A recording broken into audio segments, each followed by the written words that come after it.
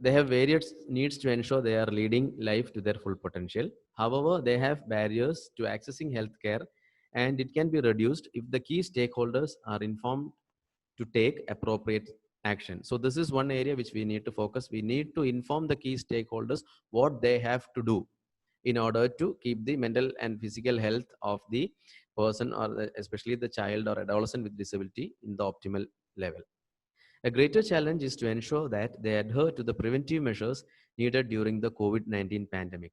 Again, just take an instance of a child with severe mental retardation. He or she will not be able even to just to understand what is meant by social distancing, what is the relevance or what is the significance of having this sanitization of the hands. He is just not able to comprehend what is happening around him. He is seeing a lot of changes around him, and he is not able to understand or imbibe what it is for. So that simply lead on to a lot of mental health issues, lot of psychological problems in such children. And this is a great challenge in this corona pandemic era.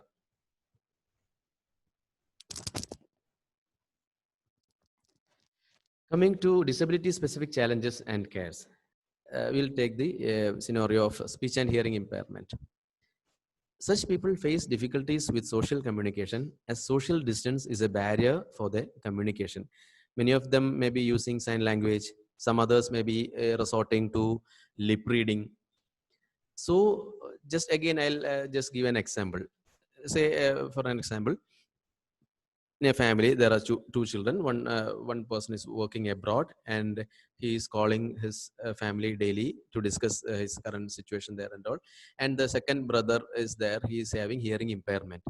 So he simply cannot interact with his brother who is elsewhere, and maybe the family members are talking to the other son for hours together, but he is just not able to understand what is happening even. So the kind of isolation, or the feel of being left alone is so high. Only when we uh, have an empathetic view of things, we will understand the gravity of the issue they are facing now. This is one just simple example. There are such n number of scenario where they feel persons with disabilities are just left alone. So that should not happen. We should be empathetic. For us to be empathetic, the first thing is that we should be aware of what is happening, and we should also have the knowledge how to circumvent these situations. For children and adolescents with hearing devices, masks and PPE masks and PPE is a barrier to their communication, as it reduces acoustic transmission and prevents lip reading. We know wearing a mask, a triple layer mask and all, there will be some sort of a muffling of our voice. And those who are having already problem with their hearing, they will find it more difficult to comprehend or grasp. And people wearing mask and PPE and all, there is naturally a barrier. And some may be in the habit of lip reading. When we use a mask, the entire communication is blocked simply. So in such scenario, it is advised to have a transparent mask, plastic or transparent mask, so that the communication is still ensured. But it's not for all scenario, but in specific situations it becomes warranted, and we should be willing to adopt to such changes in the required conditions. Majority of the news channels do not use sign language, due to which most of the information does not reach this group of people. Now, Government of India has made it mandatory that at least one news bulletin per week should be for the persons with speech and hearing impairment. And now we see at least one news a week with sign language interpreter making the interpretation. That's a very good move.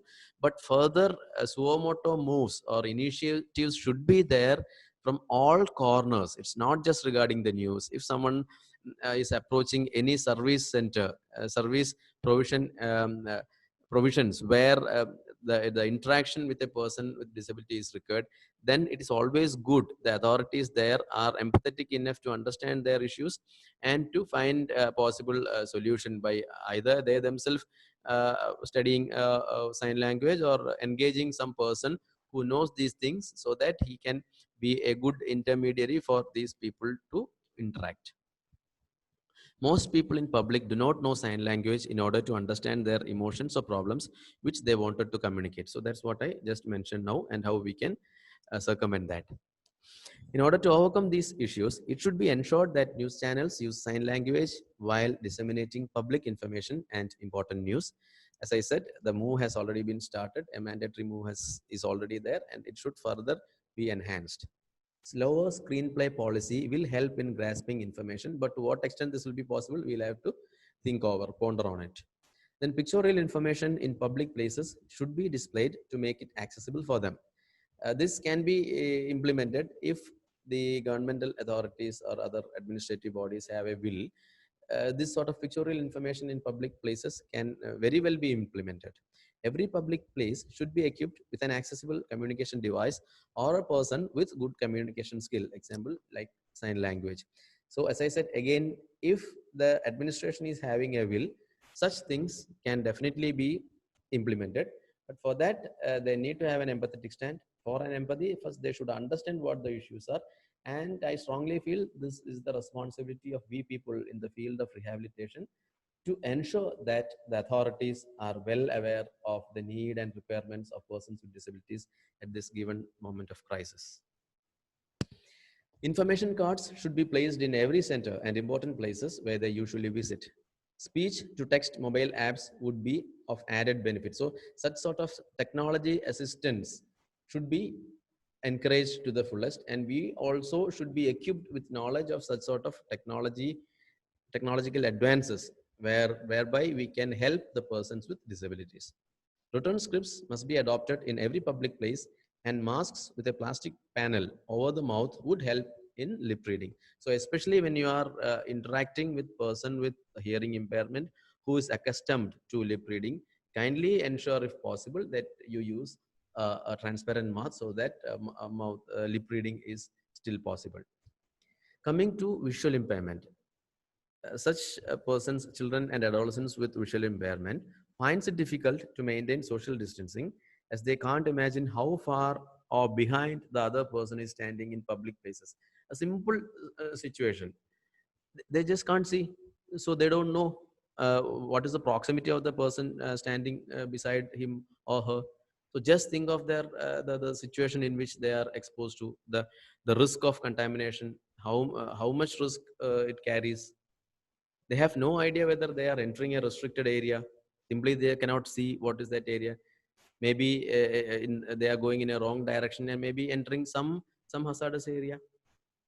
They find it hard while crossing a barrier because people hesitate to come closer due to fear of pandemic and to maintain social distance. Had it been in the yester years, pre-corona era, definitely someone would have helped them. We have seen many a time that a visually impaired person trying to cross the road, someone will hold his hand and help him out in crossing. But now no one will dare to do so. Even we are so guarded to the extent that we are not even willing to help persons who are found lying in the road drenched in blood because of the fear of contamination. And there are even cases of reported deaths also because of this inaction of the public due to the fear of contamination of corona. So that is the scenario, and such persons with visual impairment cannot anticipate such sort of a help from the common public in this given moment of time, which poses a huge restriction in their mobility. Difficulty in navigating new pathways unlike their usual pathways to grocery shops and to fight themselves within the market. Again, in this given scenario, this becomes furthermore significant because of the aforesaid reasons. Even though online stores are open, it's hard for visually impaired staying alone to place online orders because again, there also they may need an assistance, technical assistance or other sort of assistance, which in this era is a difficult thing. So in order to overcome these issues, spread awareness to people to help persons with visual impairment as much as they can, but by maintaining a safe distance, naturally. But this awareness factor has to be there. Thrust should be given for this awareness, and for that, we, the persons in the field of rehabilitation, should take the lead. Helpline numbers can be generated for those who are staying alone for assistance, even groceries, medical, sanitation, home care supports for their daily routine needs and all. If some, at least some local helpline numbers could be generated, that would be of immense use to such people. Public places, transport, and offices must adopt accessibility practice for the visually impaired. Again, as I said, it's a call to be taken by the administrative authorities and the governmental bodies.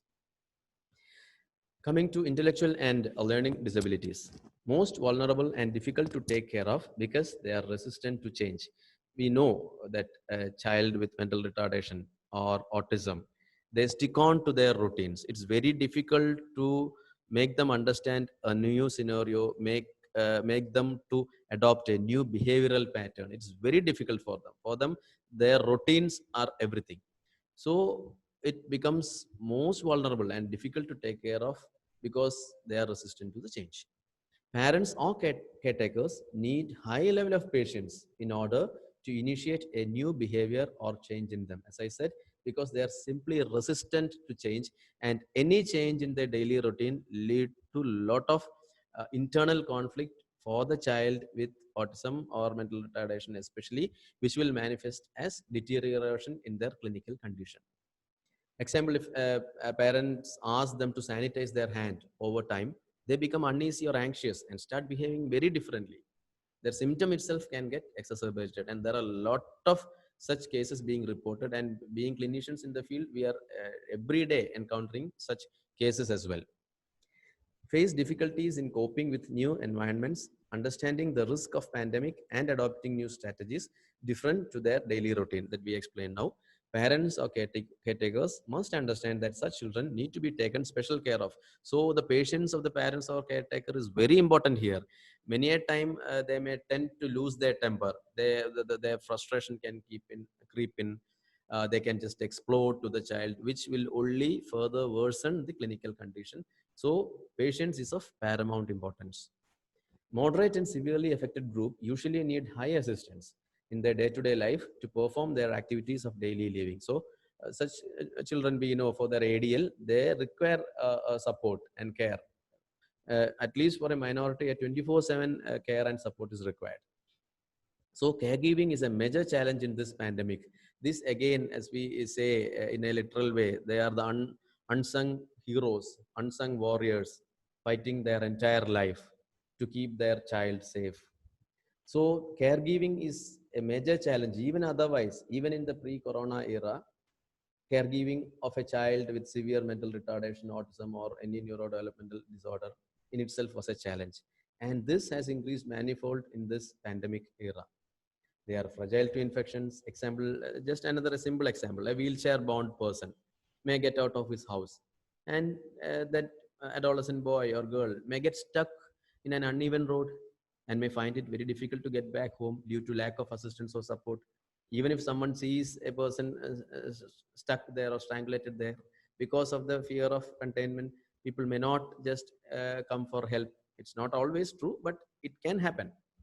It's always safe for parents to take care of their children than caretakers who travel from different places, because it is difficult to ascertain whom they come in contact with. This is also important. As far as possible, the parents themselves should try to be the caregivers of, especially of children with autism spectrum disorder, then mental retardation, etc., who needs a very patient care, attention, everything. If it is a caregiver, the aforesaid possibilities are there. It is advisable to allow the caretaker to be in some household and avoid daily travel in order to maintain social distancing and safety of the child. These points may not be practical in all the cases. There are a lot of other practical issues to be taken care of. If all such practical issues are to be taken, is possible to be taken care of, then definitely think of making the caregiver being there in your same household. Pictorial guidelines can be placed for hand wash, hygiene, and disinfecting assistive devices within the house if the children are more compliant with the pictorial guidance, like persons with autism spectrum disorder and all. This is a very good strategy. Help them to express themselves in case they are feeling distressed. Very important. Just let them vent out their feelings. You should be patient. You should, or the caregiver or the parent should listen to the stress, and because the children themselves are also going through a tremendous stress in this period. Children and adolescents express psychological difficulties differently. That is another thing. They may simply show temper tantrums. Their biological functions may get altered. Their sleep pattern may change. Their appetite may change. Their dietary habits may change. But the parents should have an insightful understanding of the situation and should have a patient approach to deal with such problems of your child. Keep a check on how they are feeling. Encourage the family to listen and understand their child's needs. Incorporate existing objects at their residence into everyday practice to avoid infection from any new object. A simple thing which can be practiced. Instead of introducing new objects to keep them engaged, whatever objects they are already engaged in, try to deal with that itself, so that he or she is not in contact with new objects which exposes him to the risk of spread of the disease. Engage them in physical activities if possible. Ensure that they maintain distance from others and are wearing covered clothes and masks. Adequate food should be provided regularly on time, and daily therapy activities, those possible to carry out at home, should be continued by caretaker in order to maintain healthy life. This may not be practical in all the cases, but in whichever cases it is practical, if the child or the adolescent is not a bed-bound child, if the child is able to perform such activities, then plan, you should have a timetable and a schedule of all these things, and try to involve the kid or the adolescent in all such activities which will help in maintaining his physical as well as mental health. Overall care for children and adolescents with disability, irrespective of their type of disability. Everyone in the family should be aware of the basic practice of hand wash as per WHO or ICMR guidelines. It's very important, and most majority of us know that, and we all follow that. But we should be able to understand and to impart it even to the disabled members in our family. Environmental adaptations and assistance must be given to children with disabilities. Only if we have an empathetic understanding of their requirements will we be able to provide such facilities. So environmental adaptations, it might be very trivial things, but once you make these adaptations, it will help a long way it will help them to circumvent their issues to a great extent. For example, maybe a, a door will be having some sort of an obstacle in the form of a small level difference between the two surfaces of one room and the other room. So if that level difference is just flattened off, then the child or the person with disability on a wheelchair will have a free mobility. He can move around from one room to the other. Otherwise, even if it is a 10 centimeter difference between the surfaces of, say, dining hall and his bedroom, then he is stuck in the bedroom. So that 10 centimeter difference can simply be evened out with minimal effort. So such simple things even will make great change in the outcome. Family members of children with disabilities should avoid larger gatherings and go out only when there is a need. This is also important. It is for the health of their children, their disabled children, that they are doing such things. They should have that insight of that. Adhere strictly to social distancing and wearing of masks. If children with disabilities have to visit hospital, prior appointments with concerned practitioner will be helpful. Teleconsultation could be explored. So prior appointment, so that the chance of interaction with strange people, unfamiliar people, can be reduced to the maximum. Then teleconsultation, whenever possible, should be explored, especially for children and adolescents with disabilities, because they have their own limitations in maintaining their that protection or protective measures. So it's always better to go for teleconsultations whenever possible. Disinfection of the adaptive devices such as orthotics, walker, wheelchairs must be done frequently. This also, unless we are aware of, we will never implement it. So disinfection, in the last day's topic, we had discussed in detail regarding the disinfection of each and every case, a separate disability in detail. So I'm not again going into the details of that.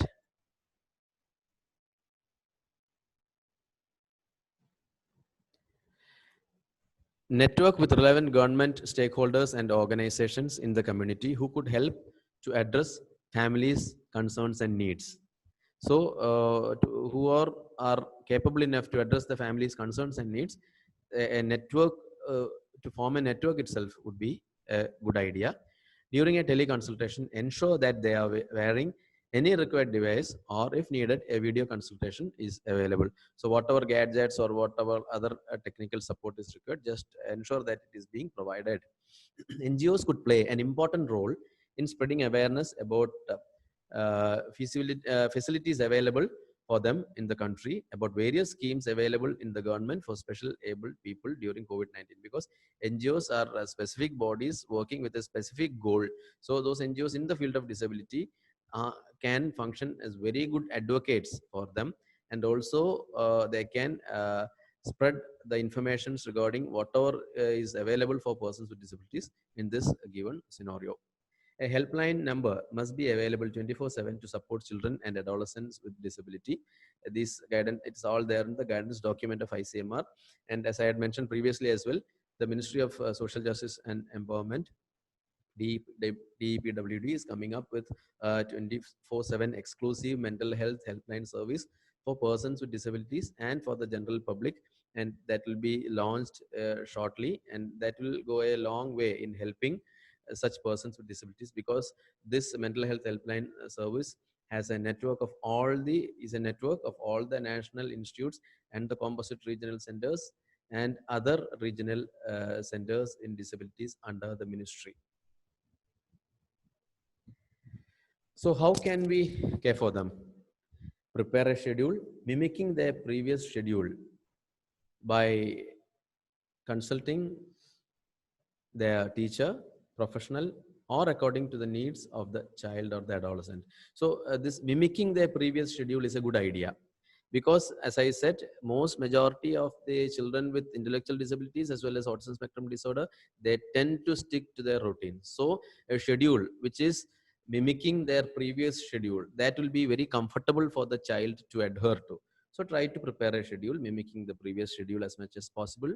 Ensure that the activities are learning based and engage them in the process. So here again, the mother or the father or the caregiver need to be very empathetic, very patient, very insightful. That is very important. Otherwise, the frustration level will simply increase exponentially, and you tend to lose your own temper, adversely affecting the mental health of your ward. So be careful on that. Break down the activities into small parts if needed for better comprehension. Be generous enough in appreciating and rewarding any achievement. You encourage them to continue with the schedule by giving these appreciations and rewards. Maybe it's a small chocolate or a word of appreciation, things like that. So such positive reward mechanisms can also very intelligently be incorporated into the approach. Select activities according to their abilities, not their disabilities. Every child with a disability has got his own strengths or his own abilities. So focus on his abilities and build on that. Ensure the basic hygiene is always being followed. Prepare a pictorial chart or use stepwise instructions in educating them about hand washing practices, because hand washing is the key in our preventive measures. That is the most important thing which we can rely upon in our fight against COVID. So it is imperative that each and everyone, including a person with severe disability as well, know the basics of hand hygiene and how to ensure that. Help them to wash their hands and their objects if needed. Help them to understand the gravity of the situation and the reason for changes in their daily routine. If they find it difficult to understand, use stories or videos to explain the situation. It's not only in this corona pandemic era, even otherwise. These are the techniques usually used by caregivers or parents of children with special needs. You can adhere to that. Once again, I'm reminding regarding the feedback form. It's there in the chat box. You can just fill in the form and submit it, so that we are able to provide the e-certificate at the end of the webinar series. Just a minute. Enable them to express themselves in case they are feeling distressed. Children and adolescents express psychological difficulties differently. So keep a check on how they are feeling. So most probably, even in children, there are a lot of atypical presentation. A depression may not be presenting in its classical depression triad of ideas of hopelessness, helplessness, or worthlessness, or weeping spells, or disturbed sleep. Maybe especially in children and all, it may just manifest as irritability, nothing more. So there are a lot of such atypical presentations of their distress also. So be aware of that and keep a check on how they are feeling, and encourage them to ventilate their feelings. A significant reminder to their caregivers would be to understand that children observe those around them and attempt to mimic their behavior. So we ourselves, or the parent or the caregiver, should themselves be very cautious enough that you are using the positive coping skills, you are showing the ideal behavior in the given situation of a stress. Otherwise, if you yourself shows frustration, irritability, agitation, shouting around, picking up quarrels, having decreased sleep, using all negative coping skills like increased use of tobacco, alcohol, etc., to circumvent the stress, means the child with disability is observing you, and there is something called as the domestic mimicry, wherein they simply mimics whatever you are doing. So you always bear in mind that you are a role model for your child. Especially that becomes furthermore important for children with disabilities. So be aware of that aspect. Adolescents, on the other hand, usually want to manage their problems on their own. This wide age range may behave in varying manners, but are mostly able to observe their caregivers, and the sudden modification to their routine will be challenging for them. So any change in the behavior, so it should be in a graded manner according to the individual tailor-made requirement of the disabled child. So there can be n number of situations there, and depending on the scenario, you have to adjust your actions accordingly. Basic of all, try to understand them.